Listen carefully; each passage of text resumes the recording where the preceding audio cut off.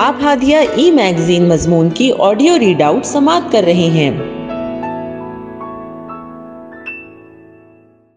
سامعین السلام علیکم ورحمۃ اللہ وبرکاتہ۔ میں ناظرہ نیرہ ہادیہ کے شمارہ ستمبر 2023 کے مضمون کی آڈیو پروگرام میں آپ کا استقبال کرتی ہوں۔ آئیے ہم اس کا آغاز ہادیہ کے زمرہ النور سے کرتے ہیں، جس کا عنوان ہے درس حدیث، اور اس کی رائٹر سمینہ شاہ نواز ہیں۔ عن عبداللہ ابن عمرو ابن العاص رضی اللہ عنہما قال لی رسول اللہ صلی اللہ علیہ وسلم یا عبداللہ ألم أخبر أنك تصوم النهار وتقوم الليل؟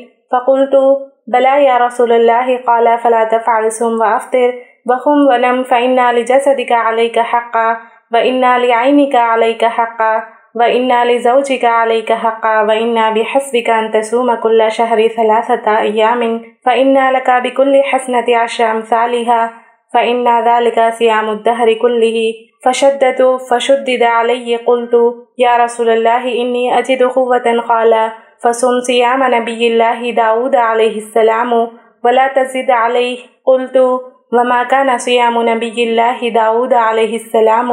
قال نصف الدهر. فكان عبد الله يقول بعدما كبر يا ليتني قبلت رخصة النبي صلی اللہ علیہ وسلم۔ حضرت عمر بن عاص کے بیٹے حضرت عبداللہ رضی اللہ عنہما نے بیان کیا کہ نبی کریم صلی اللہ علیہ وسلم میرے پاس تشریف لائے اور فرمایا، کیا یہ میری خبر صحیح ہے کہ تم رات بھر عبادت کرتے رہتے ہو اور دن میں روزہ رکھتے ہو؟ میں نے کہا جی ہاں، یہ صحیح ہے۔ نبی کریم صلی اللہ علیہ وسلم نے فرمایا، ایسا نہ کرو، عبادت بھی کرو اور سوؤ بھی، روزے بھی رکھو اور بلا روزے بھی رہو، کیونکہ تمہارے جسم کا بھی تم پر حق ہے، تمہاری آنکھوں کا بھی تم پر حق ہے، تم سے ملاقات کے لیے آنے والوں کا بھی تم پر حق ہے، تمہاری بیوی کا بھی تم پر حق ہے۔ امید ہے کہ تمہاری عمر لمبی ہوگی۔ تمہارے لیے یہی کافی ہے کہ ہر مہینے میں 3 روزے رکھو، کیونکہ ہر نیکی کا بدلہ 10 گنا ملتا ہے، اسی طرح زندگی بھر کا روزہ ہوگا۔ انہوں نے بیان کیا کہ میں نے سختی چاہی تو آپ نے میرے اوپر سختی کر دی۔ میں نے عرض کیا کہ میں اس سے زیادہ کی طاقت رکھتا ہوں۔ نبی کریم صلی اللہ علیہ وسلم نے فرمایا، پھر ہر ہفتے 3 روزے رکھا کر۔ بیان کیا کہ میں نے اور سختی چاہی اور آپ نے میرے اوپر سختی کر دی۔ میں نے عرض کیا میں اس سے بھی زیادہ کی طاقت رکھتا ہوں۔ نبی کریم صلی اللہ علیہ وسلم نے فرمایا، پھر اللہ کے نبی داؤد علیہ السلام جیسا روزہ رکھو۔ میں نے پوچھا، اللہ کے نبی داؤد علیہ السلام کا روزہ کیسا تھا؟ نبی کریم صلی اللہ علیہ وسلم نے فرمایا، 1 دن روزہ 1 دن افطار، گویا آدھی عمر کے روزے۔ عبداللہ جب بوڑھے ہو گئے تو وہ کہتے تھے، کتنا اچھا ہوتا اگر میں نے رسول اللہ صلی اللہ علیہ وسلم کی دی ہوئی رخصت قبول کر لی ہوتی۔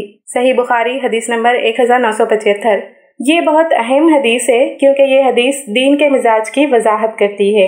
اس حدیث سے معلوم ہوتا ہے کہ دین کے مزاج میں افراط و تفریط کے بجائے اعتدال ہے۔ کچھ لوگ دین کے معاملے میں اتنا غلو کرتے ہیں کہ دین کو رہبانیت بنا دیتے ہیں، جیسا کہ بہت سے عیسائیوں نے کیا، اور کچھ لوگ دین کے معاملے میں اتنی کوتاہی کرتے ہیں کہ اباحیت تک جا پہنچتے ہیں، جیسا کہ بہت سے یہودیوں نے کیا۔ اسلام دین فطرت ہے اور فطرت اعتدال پسند ہوتی ہے۔ نہ اتنی شدت ہونی چاہیے کہ آدمی سال بھر روز روزہ رکھے، کبھی بغیر روزے کے نہ رہے، اور نہ اتنی لاپرواہی ہونی چاہیے کہ آدمی فرض روزوں کو بھی چھوڑ دے۔ اس حدیث میں روزے اور نماز کے ذکر کو ایک مثال کی نظر سے دیکھنا چاہیے۔ ہمیں سمجھنا چاہیے کہ دین کے تمام احکام میں اعتدال کی روش مطلوب ہے۔ دین کا یہ مزاج بھی اس حدیث سے معلوم ہوتا ہے کہ اللہ تعالیٰ نے جتنے حقوق عائد کیے ہیں سب کو ادا کیا جائے۔ کسی ایک حق پر توجہ اتنی مرکوز نہ ہو جائے کہ دوسرے حقوق چھوٹ جائیں۔ رات کا حق ہے کہ اس میں طویل نمازیں پڑھی جائیں، لیکن آنکھوں کا حق ہے کہ انہی رات میں کافی حد تک نیند ملے۔ دن کا وقت روزہ رکھنے کے لیے ہے، لیکن دن ہی میں زندگی کی ضرورتوں کے لیے دوڑ بھاگ بھی کرنی ہوتی ہے، اسی لیے روز روزہ رکھنے سے جسم کی حق تلفی ہوگی۔ غرض دین نام ہے تمام حقوق کی ادائیگی کا۔ اللہ کی عبادت کی جائے اور خوب کی جائے، رات میں تہجد بھی پڑھی جائے اور دن میں روزہ بھی رکھا جائے، لیکن رات کے کچھ حصے میں سویا بھی جائے اور دن میں کبھی کبھی روزہ رکھا جائے اور زیادہ تر بغیر روزے کے کھانے پانی سے جسم کو قوت پہنچائی جائے۔ غرض توجہ ہر طرح کے حقوق کی ادائیگی کی طرف رہنی چاہیے۔ اللہ کی عبادت کا مطلب یہ نہیں ہے کہ شوہر بیوی کے حقوق سے یا بیوی شوہر کے حقوق سے غافل ہو جائے، یہاں تک کہ مہمانوں کو بھی اتنا وقت ضرور دیا جائے جتنا وقت ان کی عزت و تکریم کے لیے ضروری ہو۔ یہ سوچ کر مہمانوں سے نگاہیں نہیں پھیرنی چاہیے کہ ان کے آنے سے عبادت میں خلل پڑتا ہے۔ دین اسلام کی یہ خوبیاں انسان کو موقع اور تحریک دیتی ہیں کہ وہ اپنی شخصیت کے تمام پہلوؤں کو ترقی دے۔ اس کی عبادت بھی بہت اچھی ہو، اس کی جسمانی صحت بھی بہتر ہو، اس کا دماغ بھی توانا اور تازہ دم رہے اور اس کے تعلقات بھی عمدہ اور مثالی ہوں۔ اللہ تعالیٰ کو ایسا بندہ مطلوب نہیں ہے جو رات بھر جاگ کر عبادت کرے۔ اس کے نتیجے میں اس کی آنکھیں دن بھر نیند سے بوجھل رہیں اور وہ دن میں کوئی تعمیری اور تخلیقی کام انجام نہیں دے سکے۔ اسی طرح اللہ کو ایسا بندہ بھی مطلوب نہیں ہے جو ہر روز روزہ رکھے، اس کے نتیجے میں دن بھر کمزور اور نڈھال رہے اور اس کی ذات سے انسانوں کو کوئی فائدہ نہیں پہنچے۔ اللہ تعالیٰ کو ایسا بندہ مطلوب ہے جو اللہ کے حقوق بھی ادا کرے اور بندوں کے حقوق بھی ادا کرے۔ ایسا ہی انسان مثالی انسان ہوتا ہے اور قرآن و سنت کی تعلیمات ایسا مثالی انسان پیش کرتی ہیں۔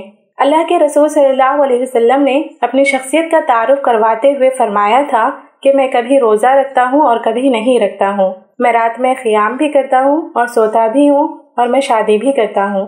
اس موقع پر آپ نے یہ بھی فرمایا تھا کہ جو میری سنت کو پسند نہیں کرے گا اس کا مجھ سے تعلق نہیں رہے گا۔ معلوم ہوا کہ سنت اعتدال ہے، سنت غلو اور شدت پسندی نہیں ہے۔